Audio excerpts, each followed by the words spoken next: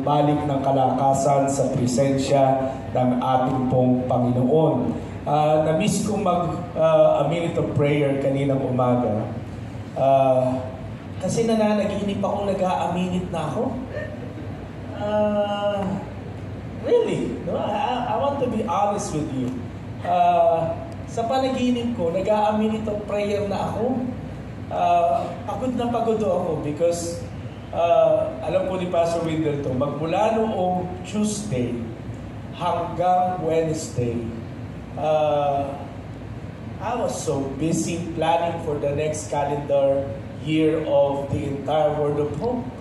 At I'm putting into details yung mga pinag-usapan ng ating pong kapastoran. At and then I preached last night doon sa Word of Hope Central. Alam nyo, habang patagal ng patagal ang panahon at papalapit ng papalapit ang Pasko, patrapik ng patrapik. At yung mga members sa church, palit ng palit. But I really thank God for each and every one of you who are here. Ang aking panalangin ay wag na sa panaginip ang ating ginising ako ng misis ko, ha? Hindi ka ba mag-a-minute of prayer? Nakita ko 6:10 na, no? But praise God. Shall we all stand together? And we are going to be talking about something that is connected to what we discussed last Thursday.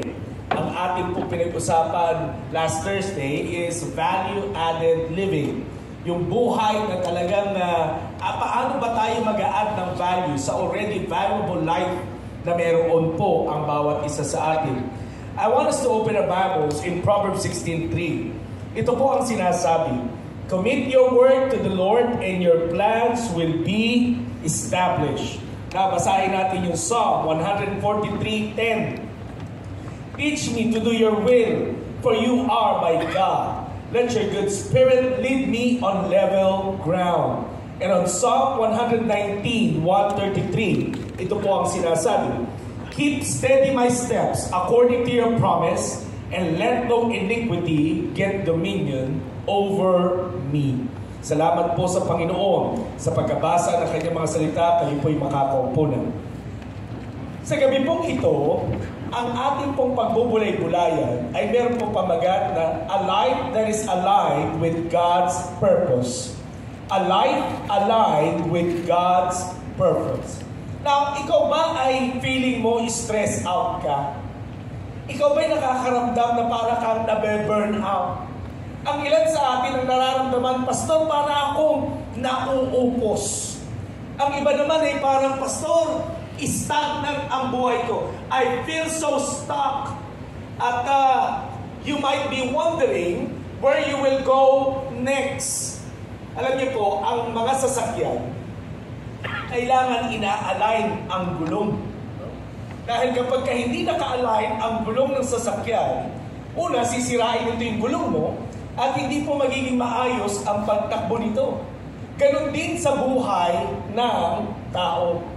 Ang buhay ng tao ay dapat naka-align. At hindi sa kung ano-ano mang bagay ng mundo ito, kundi naka-align sa Diyos at sa mga purposes niya sa buhay ng bawat isa sa atin. Pag hindi ka naka-align kay Lord, you will surely feel anxious. You will feel frustrated, unfulfilled. At maaaring ang pakiramdam mo sa sarili mo, parang wala akong halaga. Alam niyo mga magulang, mga kapatid, planning outside of seeking God's will never get us very far. We might succeed, yes, a little, but we will always feel empty and stressed out. We must continually align ourselves sa kalooban ng ating pong Panginoon.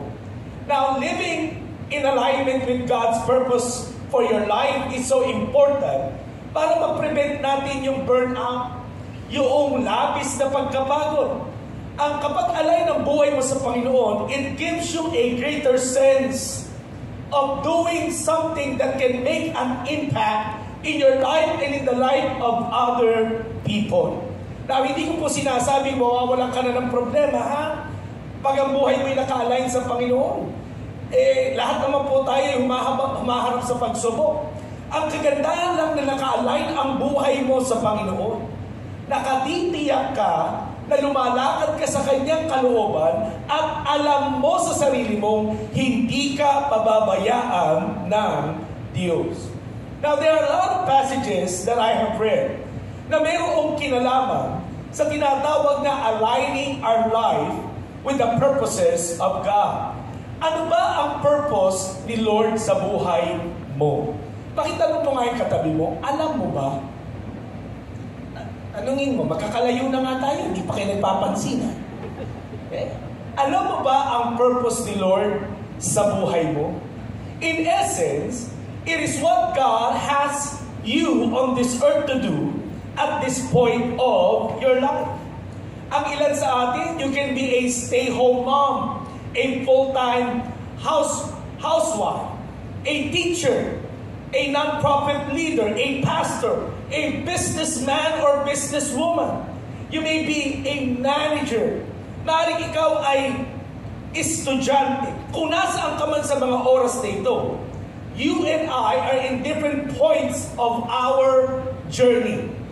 The work we do is important to God. As a matter of fact, it is the most vital work that you can be doing. Bakit? Pag ikaw ay mananampalataya, ginagawa mong trabaho mo, ginagawa mong negosyo mo, ginagawa mo ang pinakamainam mo sa iyong tahanan at sa iyong pag-aaral, ikaw ay nagre-represent kay Jesus in this dark world that we are having.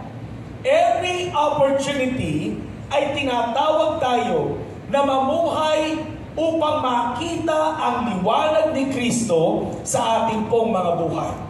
Now, sa mga full-time mom na naririto, maaaring ikaw ay full-time mom in this season, how can you train your kids to grow up in the wisdom and knowledge of God? Kung ikaw ay negosyante in this season, how can you use your status, your power, your influence na makita ang liwanag ni Kristo sa ating pong mga buhay? Maybe you are an employee in this season. How can you share the good news? Maybe you are a student for this season right now. How can you speak of the Word of God to the people around you? It is always a joy and a privilege na ang buhay ay naka-align sa Panginoon at sa mga purposes ni Lord sa bawat isa sa atin. Now, let me share with you 5 steps to live in alignment with God's purpose. 5 steps. Paano ba tayo makakapamuhay ng naka-align sa kalooban at purposes ni Lord sa ating pong mga buhay? Una, know who you are in Christ. Know who you are in Christ. Ang unang dapat nating maunawaan ay dapat kilala mo kung sino ka sa harapan ng ating Panginoon. The Bible is filled with verses on who God is and who He says you are. Ang salita ng Diyos ay nagpapaliwanag sa atin kung sino siya at kung sino ang bawat isa sa atin. You will discover that God created you unique. Pakisabi nga sa katabi mo, kakaiba ka. You were made, you and I were made uniquely. We are precious and valuable in the eyes of God. Dapat mong maunawaan na ikaw ay pinagpala ng Panginoon. Amen? Gusto kong tingnan mo yung katabi mo, sabi mo sa kanya, pinagpala ka. The Bible tells us in Genesis 1:27, we were created in the image of God. Ikaw ito kay kawangis ng Diyos. You and I have been called to be set apart in Romans 12:2. Iba ang buhay mo, iba ang buhay ko. Bilang mananampalataya, iba ang takbuhin natin sa takbuhin ng mundong ito. The Bible tells us in Ephesians chapter 2 verse 10, you have been chosen before the foundation of the world. Hinirang ka, pinili ka ng Panginoon. And the Bible tells us in Romans 8:17, tayo po ay mga tagapagmana sa kaharian ng Diyos. In Psalm 139:14, it says, you are fearfully and wonderfully made. Wonderfully made. Okay? Kahit na ano pang sinasabi ng iba kung sino ka, huwag kang maniwala. Ang authority na nagsasabing kung sino ka ay ang salita ng ating buhay na Diyos.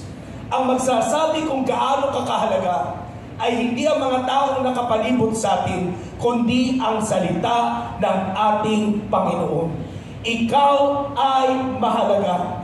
Maaring na broken heart ka, maaring may mga nagmaliit sa iyo, maaring mayroong mga taong hindi believe sa iyo, it doesn't matter at all. The Bible tells us that you are of worth, you are valuable, you are empowered, you are more than blessed by the power of our God in your life. Ikaw ay mahalaga.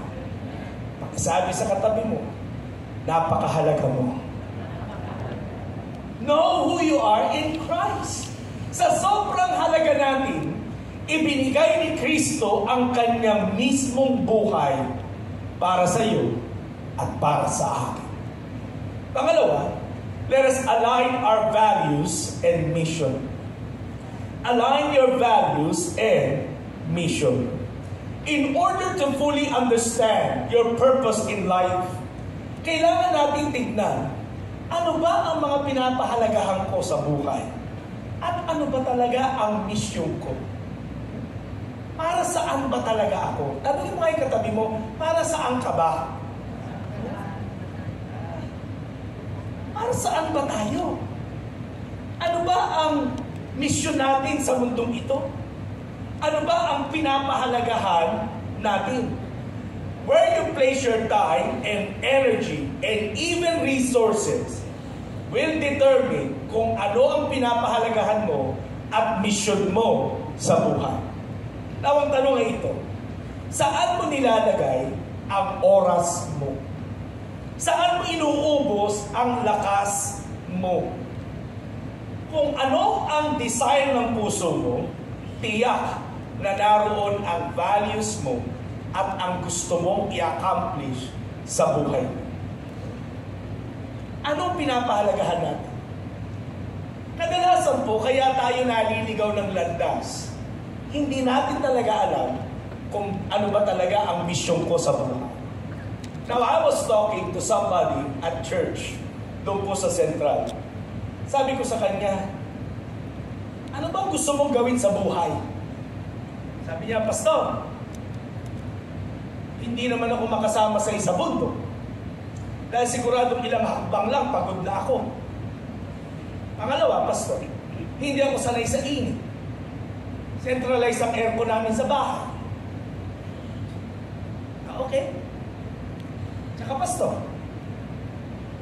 ayoko rin nung ginagawa ninyo. Sa sakin na pupunta. Nakakatakot pa ang pinupuntahan eh. Sabi ko, anong gusto mong gawin sa buhay?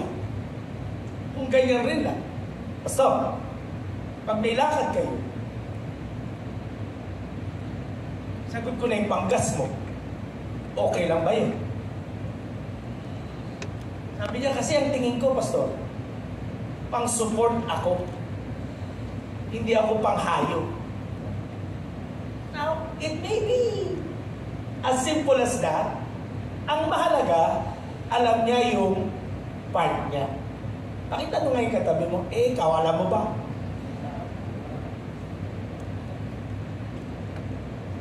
Alam mo yung pinapahalagahan mo.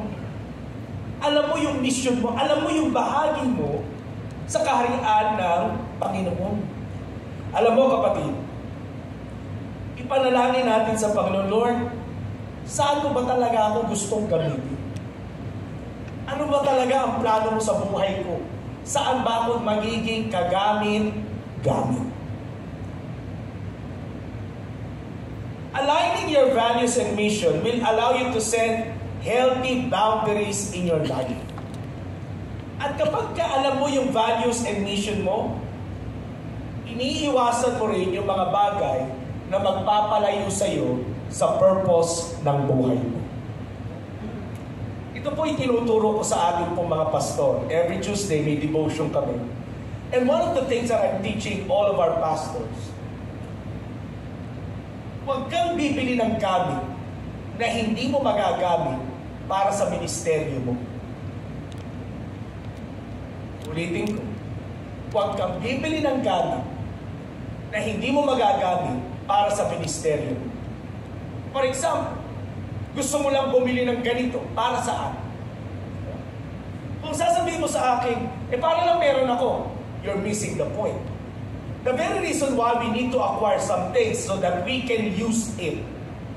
At kung hindi ito magagamit sa purpose ng buhay mo, sa misyon ng buhay mo, sa ministeryo mo, huwag mong bilhin. Anything that you must be buying must be used for the purpose that God has designed in your life. Amen. Saka para hindi rin napupuno yung cabinet mo. Kasi kung sa totoo lang, pag tinignan mo mga bahay natin, ang dami nating gamit na hindi naman nagagamit. Aray. Lagi na lang may kumakatok sa pinto mo. Nanan! Chappy! Lagi na lang. Now, buy things, acquire things that can be used for your purpose. Kasi kung ano ang pinapahalagahan mo, titiyakin mong lahat ng gagawin mo at lahat ng magkakaroon ka ay para sa nais mangyari ng Diyos sa buhay. Amen. Okay. I don't buy gadgets that I will not be able to use in my ministry. Hindi rin po ako bumibili ng TV. Kasi wala na po akong oras manood.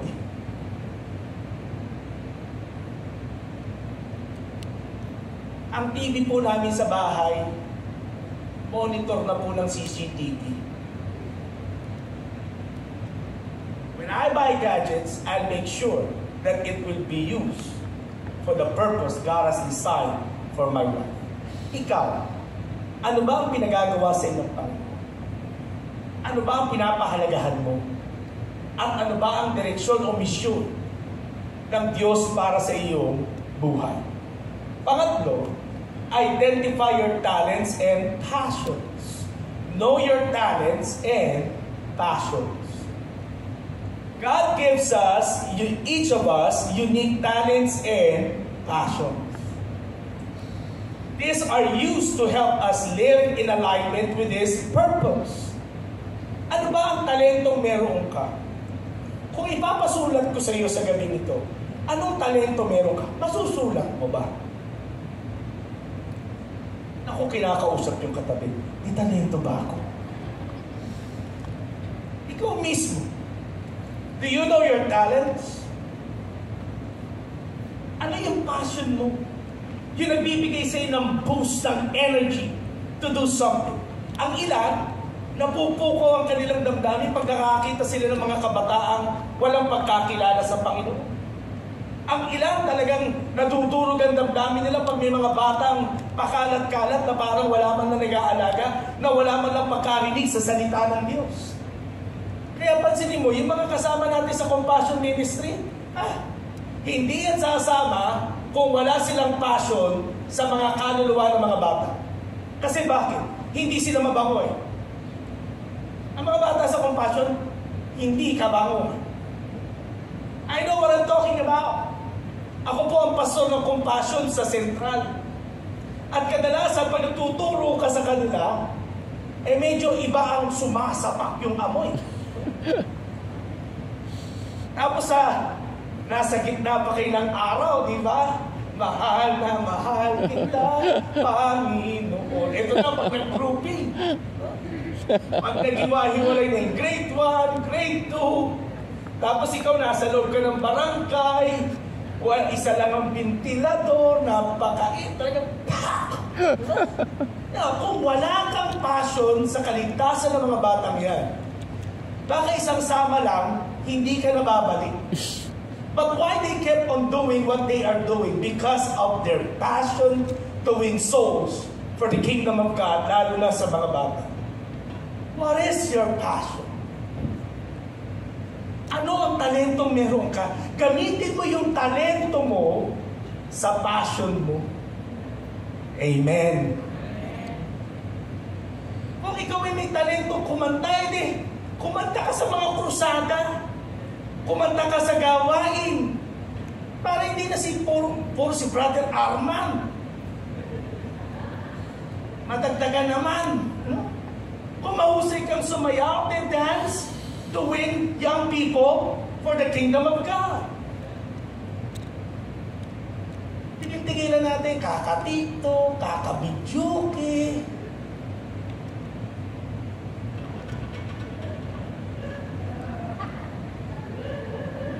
Apatog yung cellphone. Ano-ano. Ang sabi nga sa katabi mo, gamitin mo na maayos yung talento mo. By using your talent in line with God's purposes, nakikita mo yung sarili mo, quality yung time na ginamit mo. Ang kagandahan pag ginagamit mo yung talento mo para sa kapurihan ng Panginoon, oo, mapapagod ka, pero masaya ka. Amen. Hindi yung nagsasasayaw ka sa TikTok pag walang nag-like, nalulungkot ka. Bon pa naman ako. Nag-costume pa ako. Wala man lang likes. It will be very different. When you are using your talent to win people for the kingdom of God, yes, we may get tired, but it's very fulfilling. Amen? Ang apat, get rid of distractions. Gusto mong maging maayos ang direksyon ng buhay mo? Naka-inline or align sa kalooban ng Panginoon? Get rid of any distractions. Sometimes, what keeps us from living in alignment is the business we distract ourselves with. Maraming tao ngayon, Pastor, bakit parang hindi ko na naririnig si Lord? I could not hear the voice of God. Kaya hindi natin marinig kasi bakit? We are so distracted. We are so entertained. Buksan mo yung cellphone mo, mag-internet ka, ang dami mo lang mapapanood. We are so entertained, we are so distracted, we are so focused on so many things. We are anxious. We worry a lot. We want to have so many things. Kaya tayo hindi na makarinig ng tinig ng Panginoon. Ano man ang mga bagay na naghihiwalay sa atin sa Panginoon at sa mga bagay ng Diyos, ang tawag dyan, distractions. Pakisabi sa katabi mo, get rid of your distractions. Akala mo lang may ginagawa ka, but you are not really accomplishing anything at all.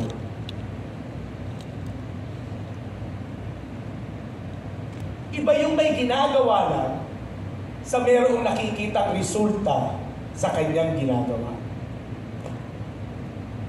If these are people who are distracting you, time na para wag mong i-associate ang sarili mo sa kanila. You heard me saying this before and I will say it again. Kung ang mga kaibigan mo ay nagpapalayo sa iyo sa Panginoon, panahon na para palitan mo ang kaibigan mo.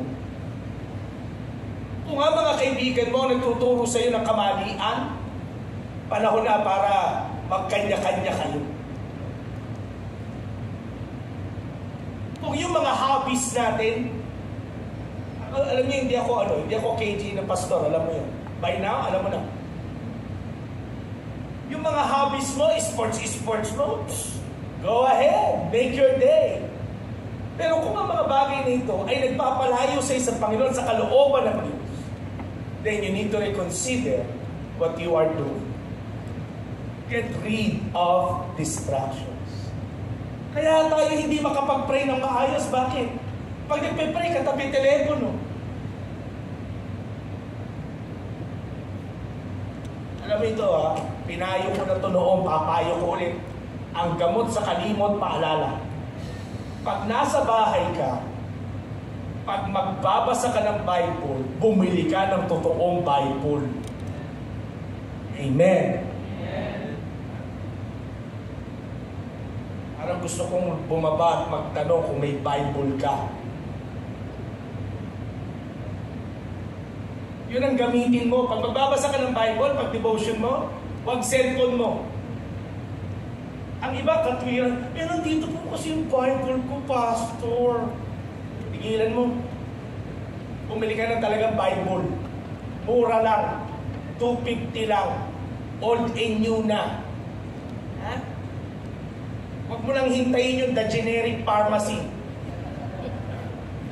Marami sa atin, nagaganda ng telepono, hinihintay na Bible, yung TGP.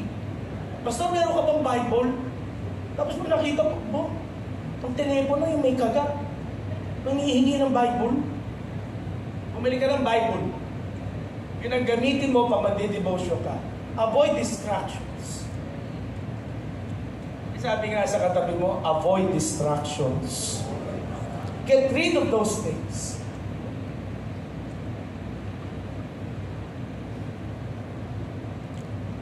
Bawas-bawasan mo yung kaka-TV, kakanood, kaka-teleserye. Alam niyo, meron ako dating kakilala, hindi siya umaatin ng gawain ng gabi kasi may pinanonood siya. May serye.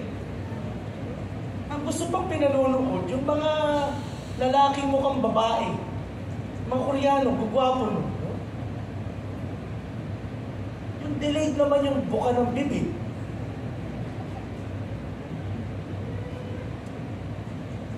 Ang katwiran, uy, bakit po kayo hindi nakadalo ng Hope Night? Pastor, na-busy. Na-busy? Sinumbong mismo ng asawa. Pinanonood kasi yan, Pastor. Kaya hindi nag-Hope Night yan. Kaya po hindi nagpe-prayer meeting kasi lalo na Biyernes, di ba? Yun yung huling palabas. Walang palabas ng Sabado, Linggo, Lunes na ulit. Kaya hindi dapat ma-miss yung Biyernes. Get rid of those distractions. Kaya tayo, parang mga Kristiyanong ligaw, dahil napakaraming kumukuha ng atensyon natin at hindi tayo makapag-focus sa Panginoon at sa nais gawin ni Lord sa buhay natin. Last but not least, seek the Holy Spirit guidance in your life. Seek the Holy Spirit's guidance in your life, or let the Holy Spirit guide you. The Holy Spirit is our greatest helper. He is our guide. Ang sabi ng Bible, He will remind us of who Jesus is and the teachings of Jesus. The Bible also teaches us that the Holy Spirit intercedes on our behalf and would surely show us kung paanong ikaw at ako ay lumakad sa kalooban ng Diyos. Hilingin natin sa Panginoon, Lord, bigyan mo ako ng iyong gabay. Mga kapatid, ang sinusunod natin bilang mga mananampalataya ay hindi kung ano ang trending o hindi yung viral na pamamaraan sa panahon ngayon. Ang ating pong sinusunod ay ang direksyon ng banal na spirito sa ating pong mga buhay. Hindi rin po feelings. Pakisabi sa katabi, hindi feelings. Hindi rin yung pakiramdam na feel ko dito ako. No. Marami nang naka-feel ang hindi para talaga dun. Ano mo, Pastor, feel ko mag-praise and worship talaga ako. Feel ko talagang kumanta. Eh kung wala naman yung awit sa'yo,